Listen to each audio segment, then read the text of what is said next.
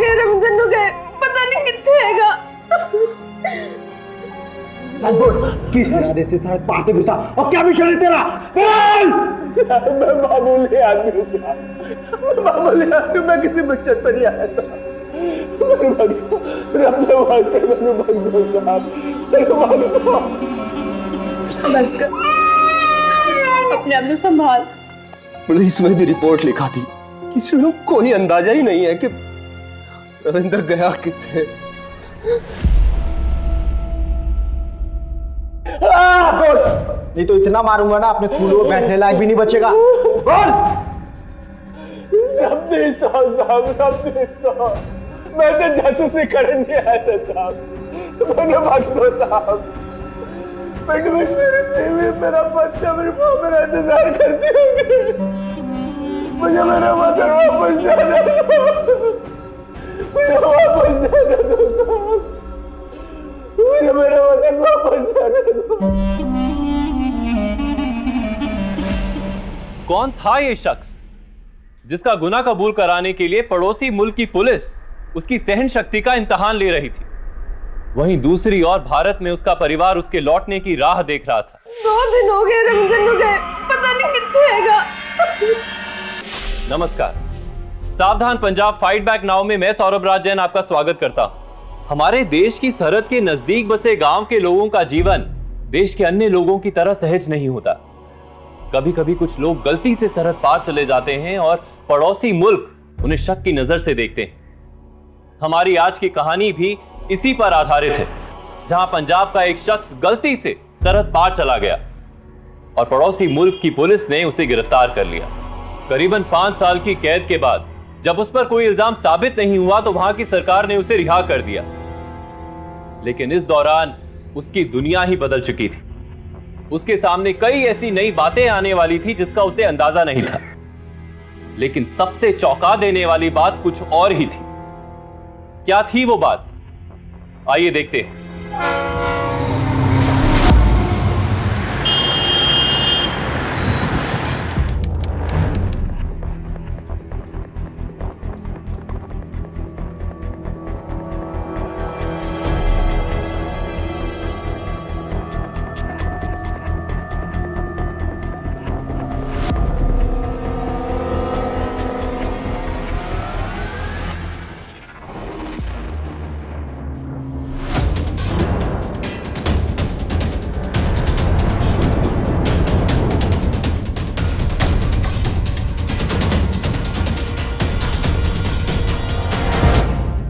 भी कौन है आप लोग? ज्यादा होशियारी की ना तो तेरी काट डालूंगा।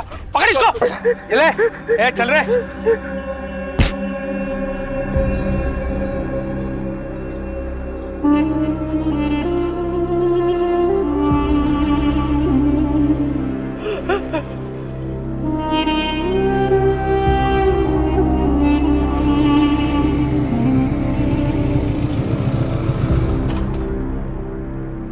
जी कौन थे वो लोग और आपको क्यों मार रहे थे? लुटेरे थे जी। आजकल ये रास्ता बड़ा अनसेफ हो गया है जी, अकेले आदमी को देख के लूटपाट की वारदात करते। चलो जी, मैं आपको थाने छोड़ देता हूँ, आइए। पहले मैंने मेरे घर जाना है। जी कहाँ है आपका घर? ये अगले वाले पिंड में मेरा घर, ये आगे, मेरे घर छोड़ दो। आइए जी, आइए, बैठिए, आइए, आ जाओ, बैठो जी।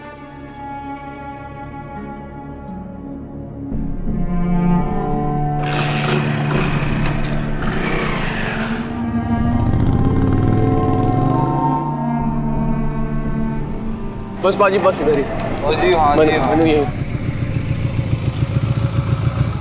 जी, आ गए। बाजी बहुत बहुत धन्यवाद आपका। कोई गल नहीं, सत श्री अकाल।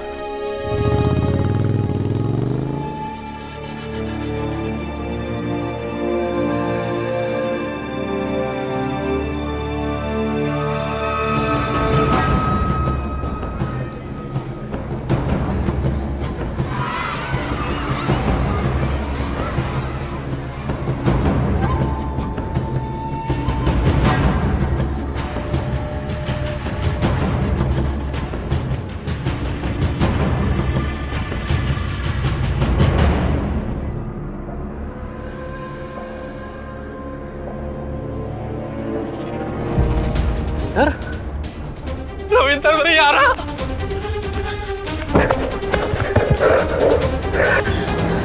रविंदर मेरे यार, तू इतने सालों से सरहद पार जेल में था, तू कैसे पहुंचा? हाँ? इस सवाल का जवाब तो पिछले 5 सालों से मैं खुद ढूंढ रहा हूँ। जगत, उस रात जब हम खेत में शराब पी रहे थे, तू, मैं, मंजीत, फिर हम सब अपने घर की ओर निकले। पता नहीं रास्ते में क्या हुआ, जब मेरी आंख खुली तो मैं सरहद पार था और वहां की मिलिट्री ने मुझे जेल में डाल दिया।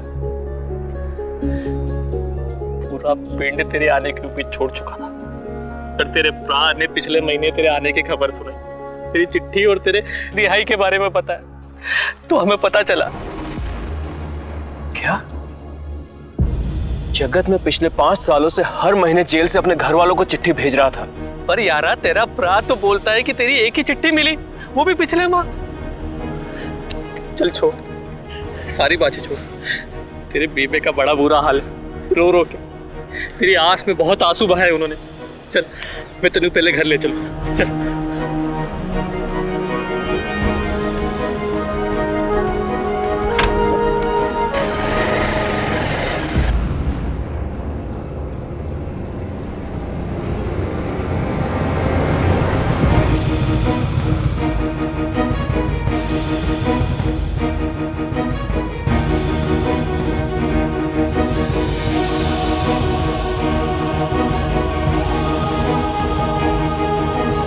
रविंदर, मेरा पुत्र, मेरा पुत्र, मेरा पुत्र आ गया। किधर ले गया तेरे? किधर ले गया तेरे? किधर ले गया तेरे पुत्र? मेरा पुत्र आ गया। रविंदर, मेरा पुत्र आ गया। रविंदर, हमें इन 5 सालों में सिर्फ तेरी एक चिट्ठी मिली, वो भी पिछले महीने, जिसमें तेरी रिहाई के बारे में लिखा हो। यार समझ नहीं आ रहा, वो सारी चिट्ठियां कहाँ रह गई? किरण और बिट्टू दिखाई नहीं दे रहे, कहाँ है वो दोनों? रविंदर, मैं सच में हैरान हूं कि तेरी भेजी हुई चिट्ठी आखिर गई कहाँ, हमें क्यों नहीं मिली? सानू तेरी एक भी चिट्ठी मिल जाती ना, तो ये सब। विजय, अब और ना रो, मैं आ गया हूं ना, और किरण भी मुझे देखने के लिए तरस रही होगी। बोलना, कहाँ है वो?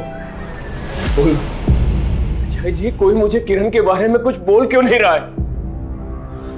रविंदर, तू थका होया होगा, जाके नहा ले और फिर साथ खाना खाते हैं। वीर जी, मैं आपसे किरण और बिट्टू के बारे में पूछ रहा हूं, और सब मेरी बात टाल क्यों रहे हैं? बेजी, आखिर सच कब तक छुपाएंगे रविंदर से? आप सारी बात सच सच क्यों नहीं बता देती रविंदर को? कैसा सच पर जय जी?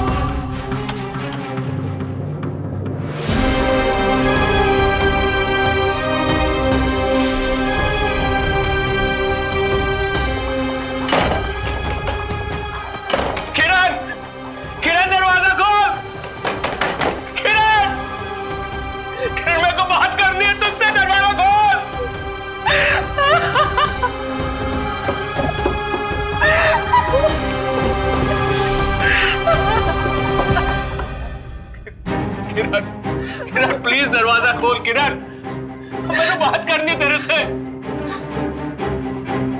किरण, किरण, दरवाजा खोल। किरण, किरण, मुझसे आके ना चुरा। किरण, मेरे को बात करनी है तुझसे। किरण,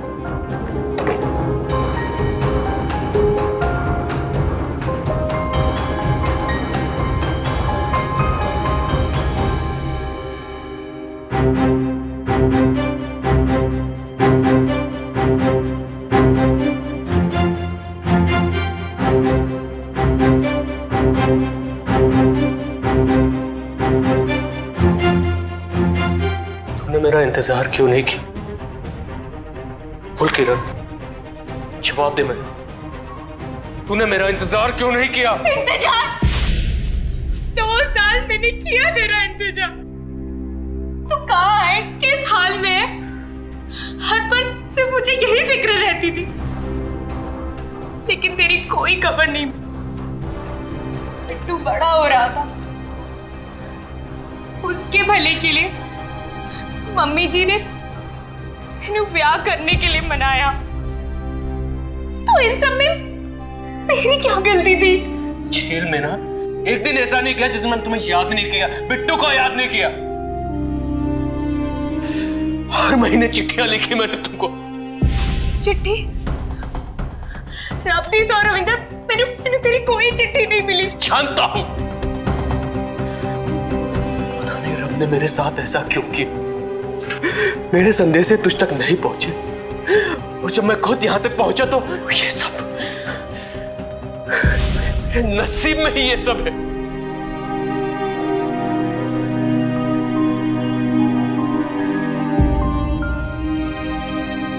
जो बीता बहुत बुरा बीता, लेकिन हम अब अपने अतीत को नहीं बदल सकते, और ना ही आज के इस कड़वे सच को। मैं अब मंजीत की बीवी। तू चले जा यहाँ से। तू बस चले जा रविंदर, तू चले जा यहाँ से। मेरा पुत्र, मेरा बिट्टू, मेरे बिट्टू में मेरा कोई हक नहीं। क्या चाहता है तू? वो भी वही जहर पिए जो हमने पिया है। उस नन्ही सी जान की जिंदगी भी सवालों से घिर जाए जिस तरह हमारी घिरी हुई है। वो मासूम तो ये भी नहीं जानता कि उसके पापा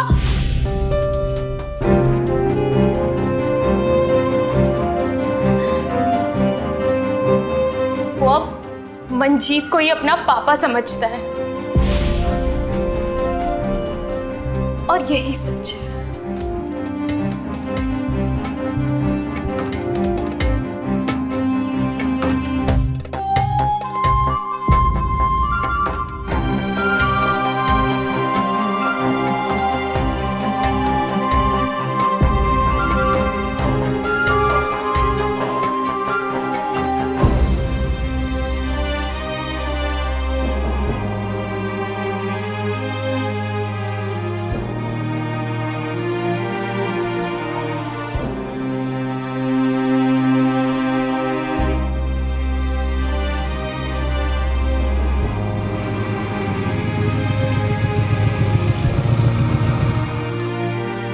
रविंदर,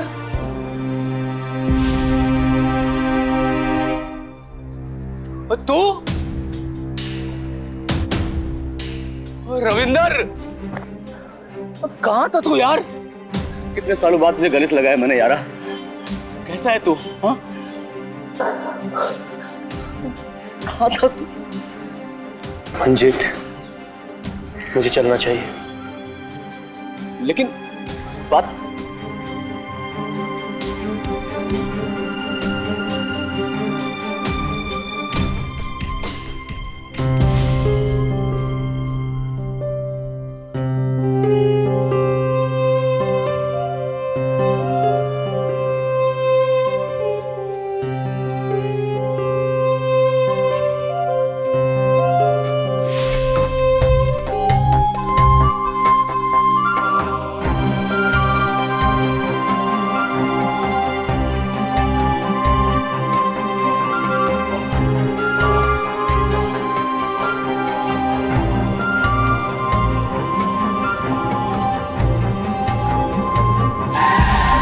रविंदर!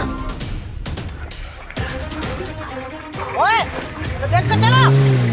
ओए, रुक नहीं तो! रविंदर, मैं ठीक हूं मैं।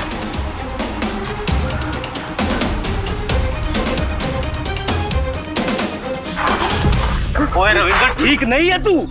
अरे चोट लगी है तनु यार। चल, ठीक हूं मैं। चल घर चल, तुझे मेरी कसम। चल उठ, उठ जा मेरे भाई।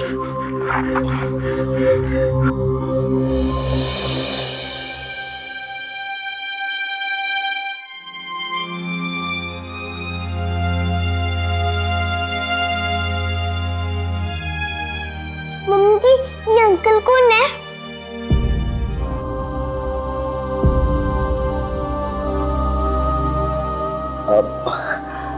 पुत्र ये मेरा सबसे पुराना यार है रविंदर। मैंने चलना चाहिए।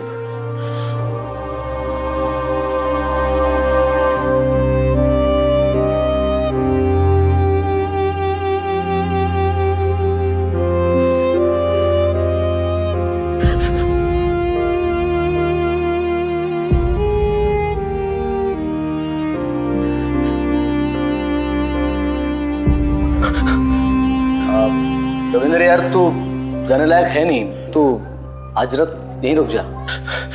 मंजीत ने मैंने मेरा हाल पे छोड़ दे। देख यार मैं तेरी हिचकिचाहट समझ रहा हूँ यार, लेकिन तुझे अपनी दोस्ती का वास्ता यार, हजरत रुक जा। कल मैं तुझे खुद छोड़ के आऊंगा तेरे घर। हाँ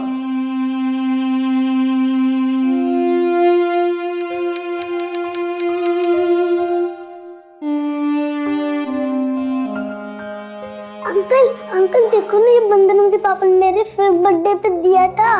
इसकी नॉलेज कितनी प्यारी है। अंकल अंकल अंकल आपको मम्मी पापा का सीक्रेट बताओ। जो भी मम्मी पापा टावल देने जाती है ना।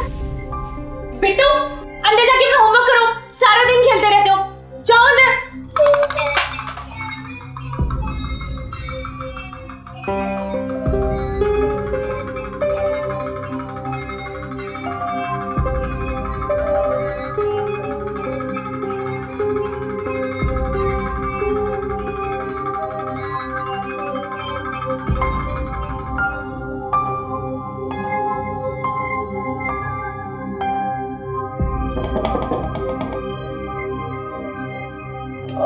मेरी सोनियों क्या लग रही हो? अरे क्यों मिला? अरे मैं तो मिला हूँ।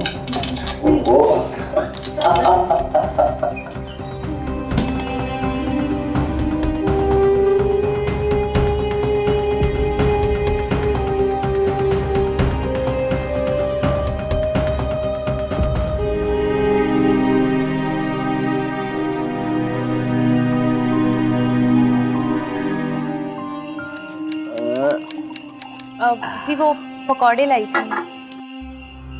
लो जी भाई गर्मा गर्म पकौड़े भी आ गए, लाओ जी। आई शाबाश। बिट्टू सो गया? जी सो गया। अरे वाह, चल भाई पहले चीयर्स करते हैं। चलो जी चीयर्स।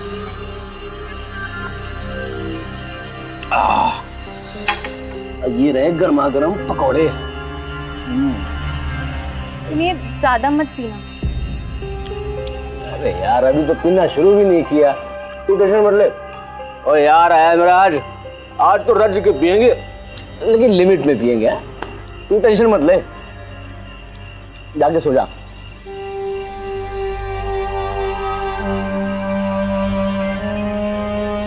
सुनिए वो कुछ लग गया वो वहां पर।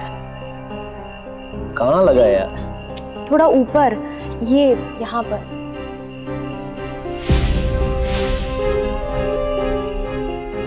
हट गया ना? हाँ। वो चल ठीक है, अब जाके सो जा। जल्दी आएगा। हाँ मैं।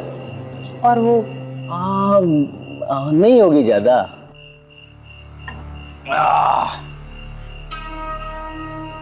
बड़े दिनों के बाद मिली है ये दारू।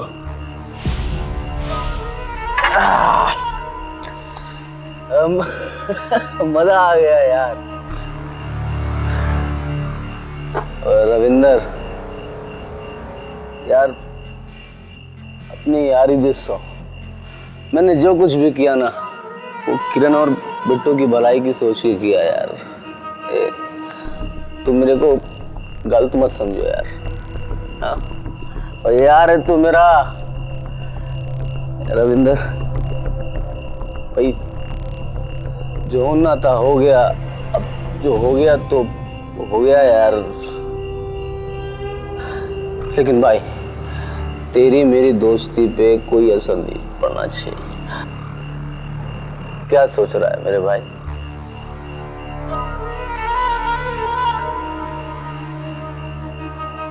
यार आज का कोटा भी तो खत्म हो गया। चल भाई करके सो जाते हैं, कल इत्मीनान से बात करेंगे। तू ही तो संभालता है मैंने यार। चल यार।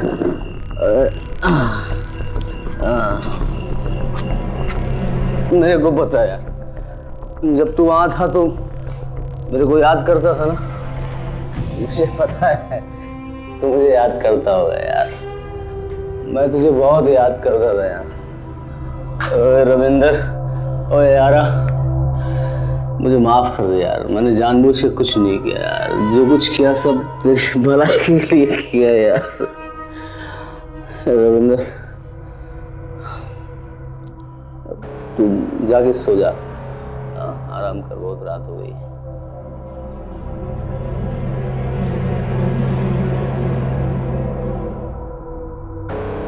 तू भी सो गई। सोते हुए कितनी सोहनी लगती है तू। क्या हुआ? ओए किरण, क्या हुआ? अरे आना, क्या हुआ?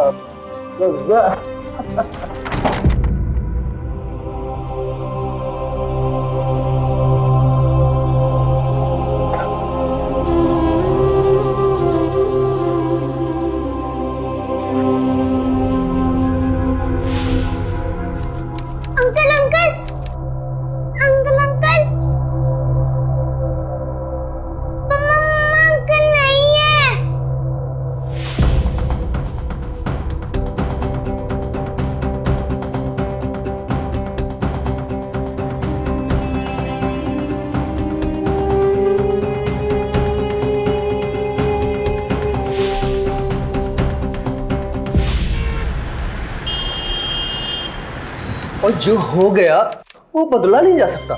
अब तू आगे की सोच। तू फिक्र न कर पुत्र, तेरा दूजा ब्याह करा देंगे। अब तू फिलहाल बिजी रहने की सोच। अपना जमा जमाया कारोबार है, कल से तू काम पे मेरे साथ चल।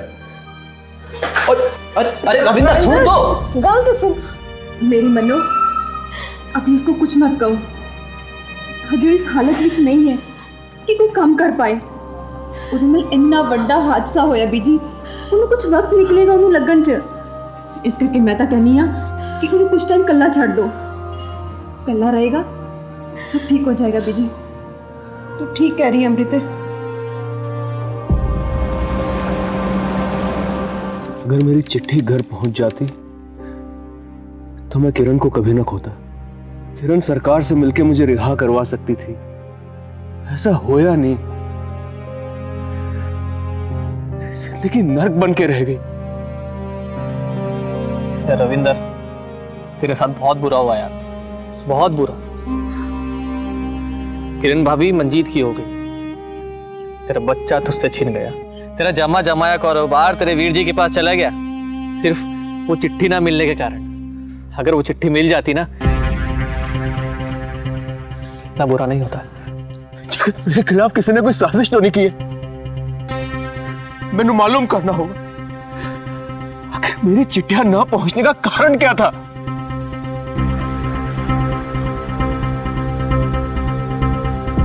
अपने वतन वापस लौटने के बाद भी रविंद्र का दुख कम नहीं हुआ था। सरहद पार जेल में अपने बच्चे, अपनी पत्नी से दूर रहने के दुख से कहीं ज्यादा दुख आज उसे इस बात का था कि उनके इतने नजदीक रहते हुए भी वो उनसे दूर था। जो जिंदगी उसकी थी, आज कोई और जी रहा था। रविंद्र की इस हालत का जिम्मेदार कौन था? आखिर रविंद्र की भेजी हुई चिट्ठियां उसके परिवार तक क्यों नहीं पहुंची थी? रविंद्र को अपनी मुसीबतों से उबरने की राह तो नहीं दिखाई दे रही थी, लेकिन वो कोशिश करके उस वजह तक जरूर पहुंचना चाहता था जिसने उसका सुख चैन, उसकी खुशी, उसका सब कुछ छीन लिया था। क्या वो अपनी इन कोशिशों में कामयाब हो पाएगा?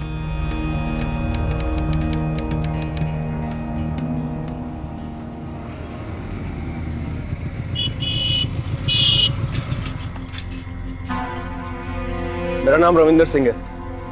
हाँ, सुना है मैंने आपके बारे में। आप 5 साल के बाद पड़ोसी मुल्क से रिहा हो क्या है ना? पहले मेरी गल सुन।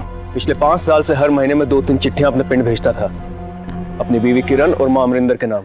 आज तक एक भी चिट्ठी वहां तक नहीं पहुंची। क्यों? लेकिन मेरी पोस्टिंग 1 महीने पहले यहाँ हुई है, और इस 1 महीने में जो चिट्ठी आई थी मैंने खुद अपने हाथों से जाके आपके भाई के हाथ में दी थी। तेरे से पहले कौन था पोस्टमैन? जी पोस्टमैन मदन जी, अब रिटायर हो गए, यहीं पास के गांव में रहते हैं।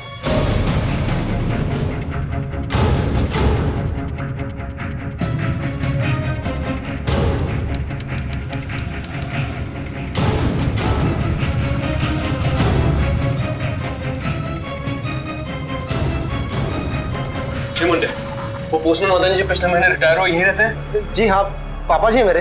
बुला उनको बाहर, बात करनी मुझे उनसे। वो तो शहर गए हैं जी, कुछ काम था तो कल तक आएंगे। मोबाइल नंबर दे मुझे उनका। वो क्या था कि वो जल्दी में थे तो मोबाइल भी घर पे ही छोड़ के चले गए। कुछ काम था?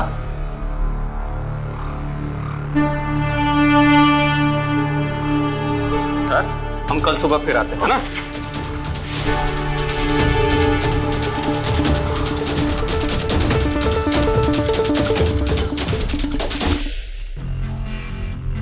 अच्छा, तो फिर उस पुराने पोस्टमैन के पास गया, क्या नाम बताया? मदन। ये बताया उसने? गया था, पर वो मिला नहीं, शहर गया हुआ था। कल सुबह जाके मिलूंगा उससे।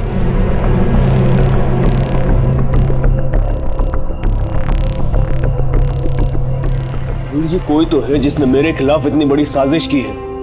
बस अब देखना यह है कि इसमें पोस्टमैन मदन का क्या रोल है। मुझे यकीन है वीर जी कि मैं पोस्टमैन मदन के जरिए सच्चाई जरूर मालूम कर लूंगा। मेरी जिंदगी बर्बाद करने वालों में छोड़ूंगा नहीं।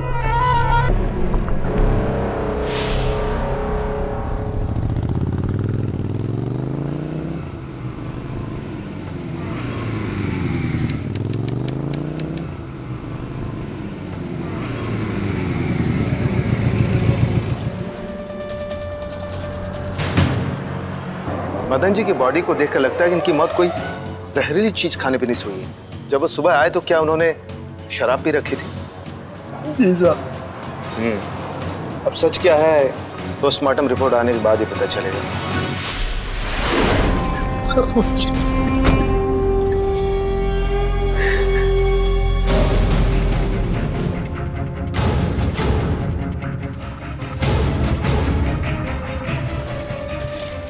मैं मदन जी से बात तक नहीं कर सका। वीर जी, मुझे मेरी चिट्ठियां ना पहुंचने का सच जानना है। प्लीज प्लीज मेरी मदद कीजिए। छोटे बाबू ये रविंदर सिंह है, और ये हमारा डाक खाने के छोटे बाबू है। मैंने आपके बारे में इनसे बात की थी। मैं खुद आपकी चिट्ठियों पे ठप्पा मार के पोस्टमैन मदन को देता था। मैंने खुद नहीं पता आखिर वो चिट्ठियां तुम्हारे घर तक क्यों नहीं पहुंची।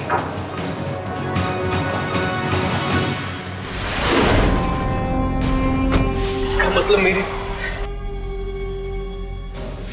पोस्टमैन मदन की अचानक हुई मौत रविंद्र के साथ हो रही साजिशों की संभावनाओं को और भी पुख्ता कर रही थी। कोई था जो ये चाहता था कि रविंद्र पोस्टमैन मदन से ना मिले और उसकी भेजी हुई चिट्ठियों का राज जानने की कोशिश ना करे। यह हादसा रविंद्र के मन में कई सवाल खड़े कर रहा था, जिसका जवाब ढूंढना अब उसकी जिंदगी का मकसद बन गया था। क्या रविंद्र को गुनहगार का पता चल पाएगा? चिट्ठियां डाक खाने में आती थी, वहां से ठप्पा लगकर पोस्टमैन मदन के हाथ में भी जाती थी, लेकिन मेरे घर नहीं पहुंचती थी। इसका मतलब कुछ तो गड़बड़ है। अरे इस गड़बड़ का जवाब देने वाला मदन ही नहीं बचा। मदन जी की बॉडी को देखकर लगता है कि इनकी मौत कोई जहरीली चीज खाने पीने से हुई है। जब वो सुबह आए तो क्या उन्होंने शराब पी रखी थी? पुलिस की बातों से लग रहा था कि उस पोस्टमैन मदन की मौत हत्या भी हो सकती है। आखिर कौन है जो ये सब कर रहा है? भाई रविंदर यारा, अगर ये हत्या है ना तो हत्यारे को मालूम था कि वो मदन से इन चिट्ठियां ना पहुंचने का राज जानना चाहते। एक बात बता, तूने ये मदन के बारे में और किस किस को बताया? इस बारे में मैंने अपने वीर जी, परजाई जी, बेबे, यार सबको मालूम था। सबको यानी और किस किस को? फोन पर मैंने इस बारे में किरण को बताया था, तभी मंजीत से भी बात हुई थी।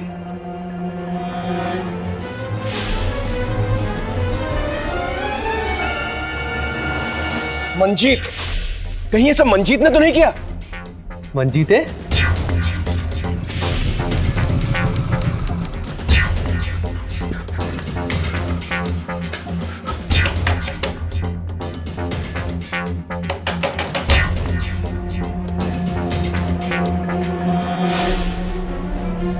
मंजीत कितने? मंजीत। और रविंदर? मंजीत! तूने ये अच्छा नहीं किया। तूने मेरी चिट्ठियां किरण तक नहीं पहुंचने दी, और जब तुझे पता चला कि पोस्टमैन से मिलकर मैं सब कुछ सच्चाई जान जाऊंगा तो तूने उससे भी मार डाला। मैंने कहा छोड़ो। मैं किसी को नहीं मारा। मैंने पागल हो गया तू? मैंने कुछ नहीं किया, किसी का खून नहीं किया। अरे गलतफहमी हो गई है तुझे। गलतफहमी तुझे हुई है। मुझे शुरू से पता था कि तुझे किरण पसंद है, और जब किरण मुझे मिल गई तो तूने ये साजिश रची। साजिश चली। अंकल प्लीज मेरे पापा को छोड़ दो। अंकल प्लीज मेरे पापा को छोड़ दो प्लीज। मेरे पापा को छोड़ दो। होश में आओ रविंदर। जानते हो मंजीत ने मुझसे क्या कहा? उसने कहा कि हमसे अनजाने में भूल हो गई है। मंजीत ने कहा कि मैं तेरे नाल दोबारा ब्याह कर लूं, लेकिन बिट्टू को उसके पास छोड़ दूं, क्योंकि बिट्टू अब मंजीत को अपना पापा कहता है, उसे ही अपना पापा मानता है। और तुम की मंजीत ने हमेशा तेरा भला सोचा, हमारा भला सोचा, और एक तू है कि बिना सोचे समझे उसके ऊपर आरोप पे आरोप लगा रहा है, उसे मार रहा है। रविंदर शर्म आनी चाहिए तुझे, शर्म आनी चाहिए तुझे। बस बेटा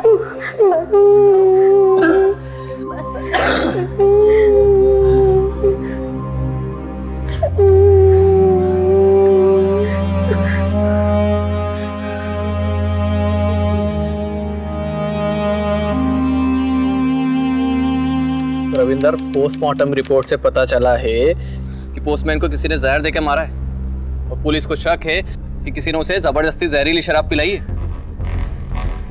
यार मैंने बिल्कुल समझ नहीं आ रहा है कि कौन है जो मेरे साथ गलत कर रहा है। अगर ये मंजीत नहीं है तो कौन हो सकता है? मंजीत नहीं तो कोई ऐसा शख्स है जिसे तेरे पिंड से गायब होने का सबसे ज्यादा फायदा पहुंचाओ। तो क्या कह रहा है? साफ साफ बोल। देखिए रविंदर, बुरा मत मानियो, पूरा पिंड जानता है कि तेरे गायब होने का सबसे ज्यादा फायदा तेरे वीर जी को पहुंचा है। तेरे जमे जमाए कारोबार के अकेले मालिक बन गए। और तेरा दिमाग तो खराब नहीं है? वीर जी ऐसा करेंगे? मैं नहीं मानता।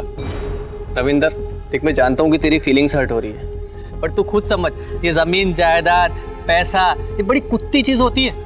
ये भाई भाई का सगा नहीं होता है, दुश्मन बन जाता है। और नहीं, मैं अपने वीर जी पे ऐसा गंदा आरोप नहीं लगा सकता। मेरे वीर जी ऐसा नहीं कर सकते यार। अरे रविंदर, तुझे आरोप लगाने के लिए कौन बोल रहा है? लेकिन तू ये तो पता लगा सकता है तेरी इस हालत के जिम्मेदार तेरे वीर जी तो नहीं। क्या पोस्टमैन का मर्डर हो गया? हाँ वीर जी, मैंने लगता है जिस किसी ने भी उसे मारा है वो ये जान चुका था कि पोस्टमैन के जरिए मैं अपनी चिट्ठियां ना पहुंचने का सच जान सकता हूँ। तेनू किसी पे शक है? अभी तक तो नहीं वीर जी, पर बहुत जल्द मैंने उसका पता चलने वाला है। पर कैसे? पोस्टमैन का बेटा हरी, उसने अपने पापा जी को कई बार कोई एक आदमी से पैसे लेते हुए देखा है, पर मुश्किल यह है कि वो उस आदमी को सिर्फ चेहरे से जानता है। उसने ऐसा बोला तेरे से?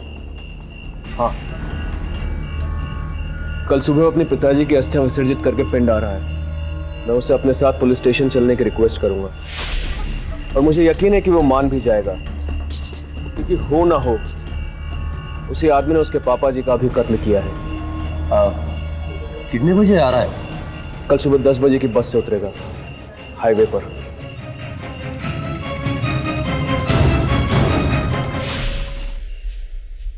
हरी डर मत, हम तेरे आसपास ही रहेंगे, कोई तेरे को हाथ नहीं लगा सकता। रब दी 100, मैं उसे पहले ही पकड़ लूंगा। पाजी मैंने बड़ा डर लगता है। अपने पापा जी के कातिलों को पकड़वाना है ना? जी पाजी। तो शेरिया वाहे गुरु का नाम ले और आगे बढ़ना शुरू कर।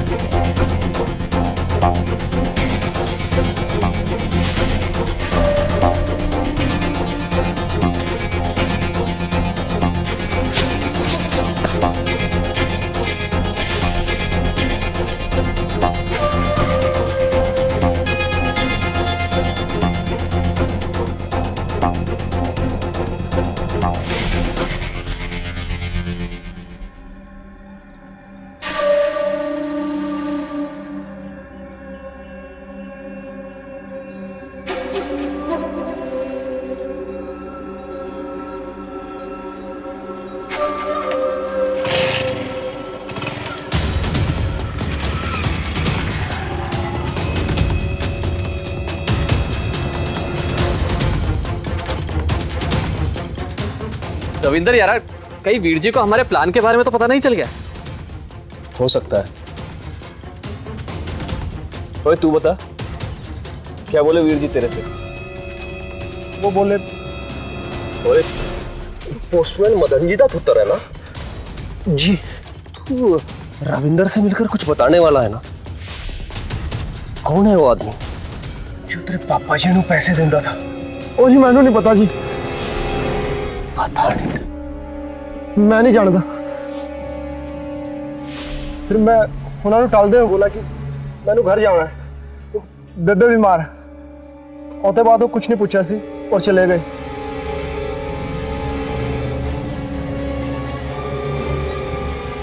वीर जी नहीं तो कौन हो सकता है? हेलो किरण, मैं रविंदर। किरण, मैंने पता है कि मंजीत पे शक करके मैंने बहुत बड़ी भूल की है। मैंने अपने किए पे बहुत पछतावा है, पर पहले मुझे उस आदमी तक पहुंचना है जिसने मेरी ये हालत कर दी। कौन है वो? पोस्टमैन के बेटे हरी के पास उसका क्लू है। पोस्टमैन की एक डायरी है जिसमें वो अपने पैसों का हिसाब लिखता था जो उसे चिट्ठी ना पहुंचाने के बदले मिलते थे। उस डायरी में उस आदमी का नाम और नंबर भी है। हरी बोल रहा था कि आज रात वो मुझे वो डायरी देगा। अच्छा किरण, रखता हूं। अपना और बिट्टू का ख्याल रखना।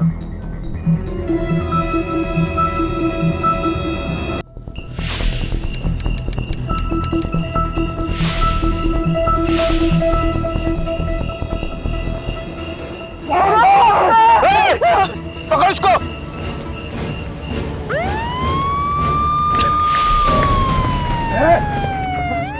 मंजीत, तू धोखेबाज! इसका मतलब मैंने जो पहले सोचा था वही सही निकला। बोल क्यों किया तूने ऐसा? बोल क्यों किया ऐसा तूने? चलो इसे, चलो बताता हूँ।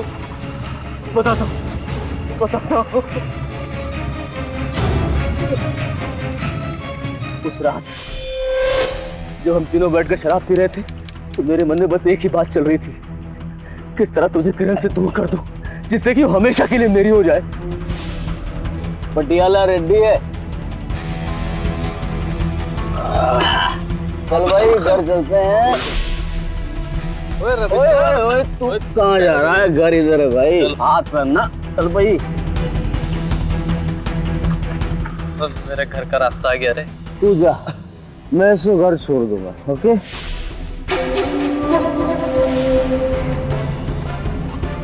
पकड़ से। हाँ सर। इसे सरहद के बाहर छोड़ देना। ठीक है। मैं चाहता था वहां तो पकड़ा जाएगा तो चिट्ठी के जरिए अपने घर वालों को अपनी खबर देने की कोशिश करेगा। इसीलिए मैंने पोस्टमैन मदन को चिट्ठियों के बदले रिश्वत देनी शुरू कर दी। एक चिट्ठी और 500 रुपए। मैं जानता था जब तू रिहा होकर आएगा तो अपनी उन चिट्ठियों का राज जानने की कोशिश करेगा।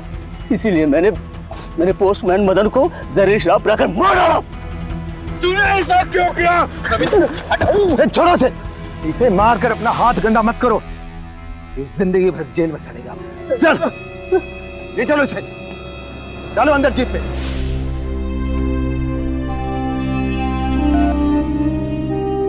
हेलो किरण, दोस्ती एक ऐसा रिश्ता है जिसे हम खुद चुनते हैं और जिसकी नींव भरोसे पर टिकी होती। पर जब यह भरोसा विश्वासघात बनकर हमारे सामने आता है तब सिर्फ एक रिश्ता ही नहीं बल्कि इंसानियत भी शर्मसार हो जाती। मंजीत ने अपने गलत इरादों के लिए अपने जिगरी दोस्त की जिंदगी के 5 साल नर्क में झोंक दी और फिर सहानुभूति के बल पर रविंद्र की बीवी की भावनाओं के साथ खिलवाड़ किया। एक बच्चे को अपने पिता से दूर कर दिया और इतना ही नहीं, उसने पोस्ट मास्टर मदन को पहले अपनी साजिशों का हिस्सा बनाया और फिर अपने स्वार्थ के लिए उसकी जान ली। मंजीत के साथ धोखा करने के लिए धारा 420 और क्रिमिनल कॉन्स्पिरेसी के लिए धारा 120B के तहत उम्र कैद की सजा सुनाई गई। रविंद्र की ईमानदारी और सच्चाई ने लाख मुसीबतों के बावजूद उसे झुकने नहीं दिया। उसने अपना खोया हुआ मान और सम्मान तो वापस पाया है, साथ ही खुले दिल से उसने अपनी बीवी और बच्चे को अपनी जिंदगी में स्वीकार किया। पंजाब के क्रिमिनल्स को कानून के हवाले करने के लिए हम सभी पंजाब वासियों को एकजुट होना होगा ताकि पंजाब एक क्राइम फ्री स्टेट बन सके। और ये सब हमें अभी करना होगा, क्योंकि अभी नहीं तो कभी नहीं। इसी के साथ मैं सौरभ राज जैन आप सबसे विदा लेता हूं। पंजाब में जुर्म को जवाब देती हुई एक और सच्ची घटना के साथ आपसे फिर से होगी मुलाकात। तब तक के लिए सावधान पंजाब, फाइट बैक नाउ।